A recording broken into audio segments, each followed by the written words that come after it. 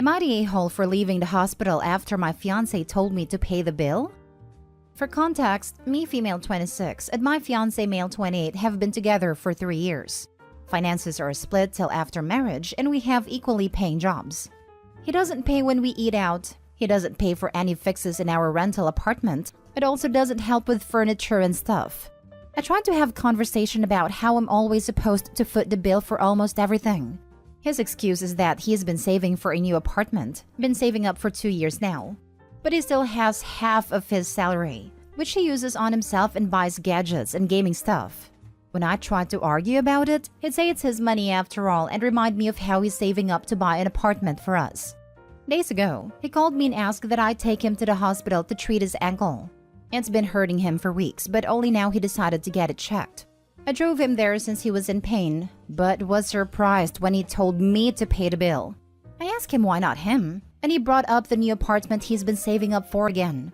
I had it, especially after he threatened to not add my name to the new apartment's title if I refused to help him out. I snapped and told him to pay for himself and stop using my money with the apartment excuse. Then I left. He had to pay but was furious, saying I'd let him down in his time of struggle. Also said that my attitude isn't partner material.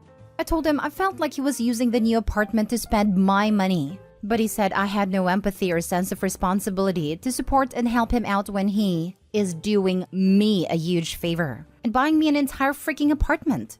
He's calling me selfish and negative. I don't know. I feel guilty for doing this and now he's avoiding me entirely. Now for the top comments. Not the a-hole. You are being used. 100% when he has enough money for the apartment, he dumps you. Stop footing the bill. Leave him. There is no savings account. That's what I thought. If he was expecting me to foot the bill on a bunch of stuff that should be shared, I'd want to see the balance of the account on a regular basis. Or at the very least have a signed contract of some sort saying she gets to be on the title, or gets a cash payout in the event he doesn't end up buying an apartment / doesn't put her on the title. Not the a-hole. He is just using you and your money and probably plans to dump you once he buys the apartment. Totally agree. Came to say this. He's using you for your money and not contributing to household expenses. I'd freaking run. Not the a-hole. I doubt he'll buy a place. He has someone paying all his bills, / cleaning up after him, / fun adult activity, / cooking. He isn't leaving unless she cuts him off and throws him out, and there will never be a marriage. Next story. Am I the a-hole for turning off my husband's alarm? Me 31 and my husband 35 both work from home.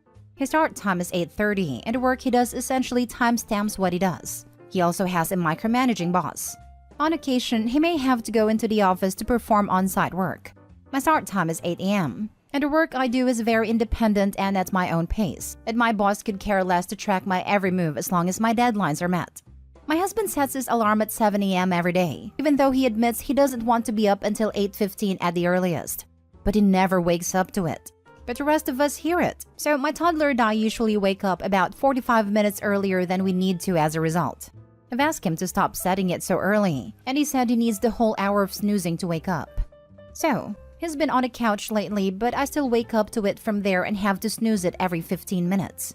I'm currently 6 months pregnant. So this morning I was exhausted and didn't want our toddler waking up earlier than needed and wanted the extra sleep myself, so I turned it off.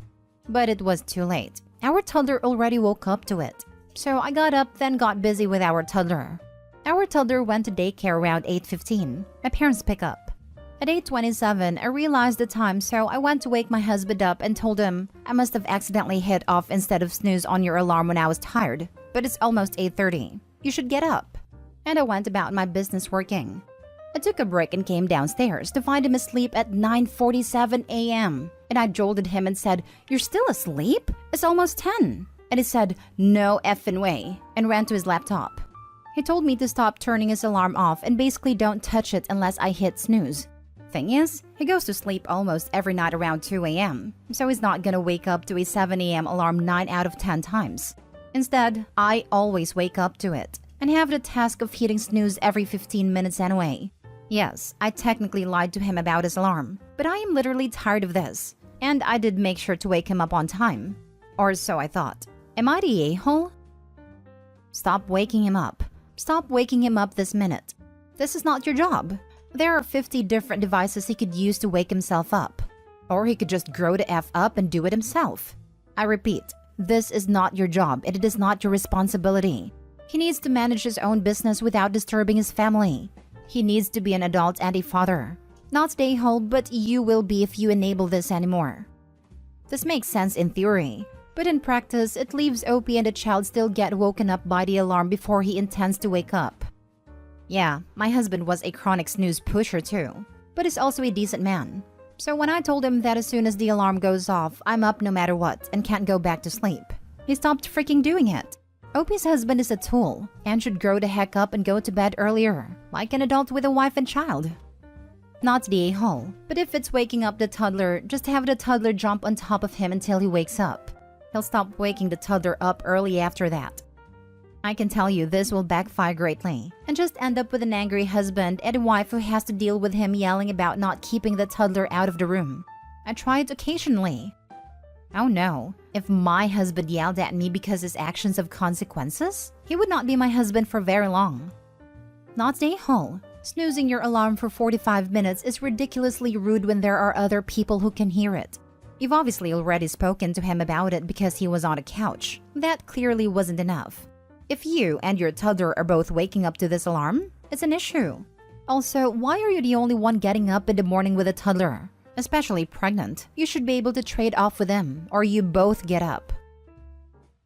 Am I the a-hole for not withdrawing my job application for the sake of my brother? I have an older brother who does not work by choice. Literally the most educated, smartest man I've ever known. He's just lazy. It's literally been years, and has been neck-bearding in our parents' basement while I'm busting my ass at school. I took out loans, and when I graduate, I'm expected to pay them back. Hence why I need a job on top of having to pay for other living expenses. My brother has never paid a penny for his education. My parents in their own name took out loans for him. Lately, my dad's been getting on his butt about getting a job, but my brother's been brushing him off. I was given a tip to apply to this really lucrative graduate program. It's not in my field whatsoever, but it's paid training. Really well paid. And I put in an application. I told my mom about it and she asked for the link to the program. I sent it without giving it a second thought and I got an interview. Now, when I told my mom about it, she asked me to withdraw my application so that I can give my brother a chance to apply. I said, what? He's had literal years to apply. This is my opportunity, even if it's not in my field. There's no guarantee that I'm going to get it anyway, but I want to at least try. I need a job and I don't ever want to be financially dependent on my family. I want a life of my own, and I feel like them asking me to withdraw my application from consideration is sabotaging my future for the sake of their golden child. I've always been put on the back burner for the sake of my brother, and they feel that is his opportunity to have since it's his field. But 1, I have no idea if he applied, and 2, I don't think he'd be allowed to apply because it's a new grad program, and he has not been a new grad in years. I don't plan to withdraw my application, but everyone in my family is telling me I'm being selfish. I've been banned from Thanksgiving, and I came home yesterday to find my mom converting my room into an office for my brother. My aunt has been bombarding me with texts telling me I'm not being considerate of family. My friends are mostly on my side, except one said she sees my parents' point of view. But I don't know. Family friends I see on public won't even look at me anymore. Over an interview. It's mad. Am I the a-hole for not giving my brother this opportunity? Not the a-hole. Their request is nonsensical, and your family appears to be smoking some wacky tobacco.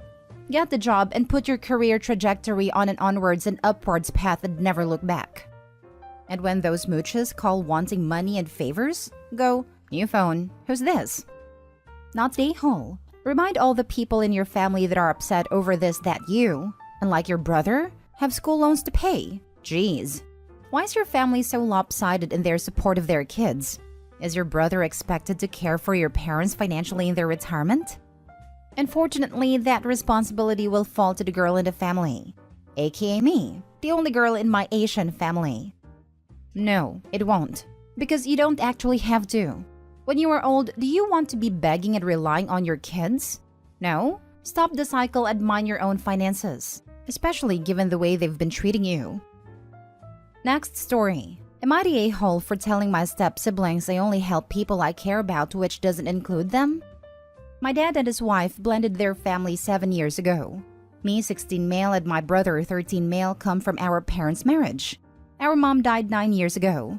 Beth, 15 female, Luke, 14 male, and Laura, 12 female, come from dad's wife's first marriage. My dad and his wife also have Katie, 5 female together. I have a pretty complicated history with learning disability. I was diagnosed before my mom died and always struggled with school, reading, and writing. I used tech to help me write stuff like this. I can speak fine, but actually reading or writing anything, including numbers, is terrifying to me. It's something that has meant I need a lot of extra help in school. My mom used to read stuff like menus out to me. My brother actually started doing it when he got better at reading too. It's something I can't hide, and it's embarrassing as hell. It's something my step-siblings have made fun of since forever. Beth made a really hurtful comment the first time she realized, and her mom corrected her. But since she and her siblings were not happy with her mom meeting my dad, and since I would do things differently, like I never did homework at home, they would tease me and taunt me behind their mom's back. I spoke up a few times, and it got corrected pretty hard. Eventually, it got to the point where I no longer saw the point of saying anything. Around that time, it got to the point where I would tell my friends to pretend my step-siblings weren't part of my family or my life, because I didn't want them to be. I got my license over the summer and got permission to drive my dad's car. I've been bringing my brother places sometimes, and suddenly my step-siblings have been trying to be nice to me. I ignore them. I say no to bringing them places. A few days ago, Beth wanted to go to this dance practice related to the dance classes she does. Her mom couldn't take her because she's sick. My dad wasn't around either. My dad's car was at home though, so she asked me to bring her. I said no. She followed me around begging and I kept saying no. Luke and Laura joined in and they said we're family, and family should do things for each other, and how I never help them out. I told them I only help people I care about, and it doesn't include them. Their mom overheard, and once my dad got home, they told me what I said was really unfair and cruel. They took away my ability to drive the car. Dad wanted me to apologize and say I didn't mean it. But I did, and I can see they all think I'm wrong for that. Am I the a-hole? Not the a-hole. Sit down with your dad and stepmom at a time when you guys can discuss alone and emotions aren't high, and explain your reasoning and how you feel. Your stepmom needs to understand the depth of hurt that your step-siblings have inflicted on you over the years. Because right now, they probably just view it as a typical step-sibling arguments. This has been discussed in depth before. My brother got in some trouble about 3 years ago for locking Beth and Luke in a room while Laura was at a friend's house and the adults were busy. When Dad found out, he was furious and explained why my brother had done it. We ended up in therapy with Dad and his wife, and the whole thing was dragged out there, including them saying we shouldn't stop caring about them because of the stuff that was happening, and how they would deal with it and our step-siblings would grow. For me, I never started to care about them, and I told them that and why. But I think they dismiss it because we're all still kids, even knowing the stuff that has been said. They see it as they will grow up and will be close as adults, but I don't ever want to be family with them. And I don't know how many more times I can tell them all the stuff that has happened and why I feel like I do. I see it as pointless by now. If it's been a few years since you've discussed it in depth, it might be worth a shot again now that you're a bit older. Otherwise, your parents really suck for not hearing you out. Either way, I'm sorry you have to go through this. It's not fair to you no matter what. The parents are probably still holding on with both hands on the dream of perfect blended family. Yeah, they are. I know they think it can still happen. Last story. Am I the a-hole for telling my dad he is a bad father? My 14 female mom passed away about 8 months ago. She got very sick a few years ago, and eventually her body couldn't handle it anymore. Her and my dad had been divorced since I was 5. After the funeral, I moved in with my dad, 40 male, stepmom Jane, 39 female, and 2 stepsisters, Alex and Sophie, 12 female and 13 female. To be frank, we've never gotten along. Jane has tried to replace my mother numerous times, even refusing to let me go back to my mom's house one weekend because I wouldn't call her mom. She's always been like this, forcing me to hang out with my stepsisters, take family photos, call them family, do family game night and so on. And ever since my mom died, she's gotten worse. Recently, she started to refer me as her daughter at family functions. None of my mom's side of the family likes her. Last night, Jane had friends over. I came home at around 7 because I had practice after school. My dad told me to come and say hello to everyone even though I didn't want to, but I did it to make him happy. When I walked into the living room, Jane jumped up and gave me a huge hug, which got awkward really fast. She turned around and said to her friends, "This is Opie, mine and Dad's name's first daughter." I stopped her and said, "No, you're my stepmom, not my mom."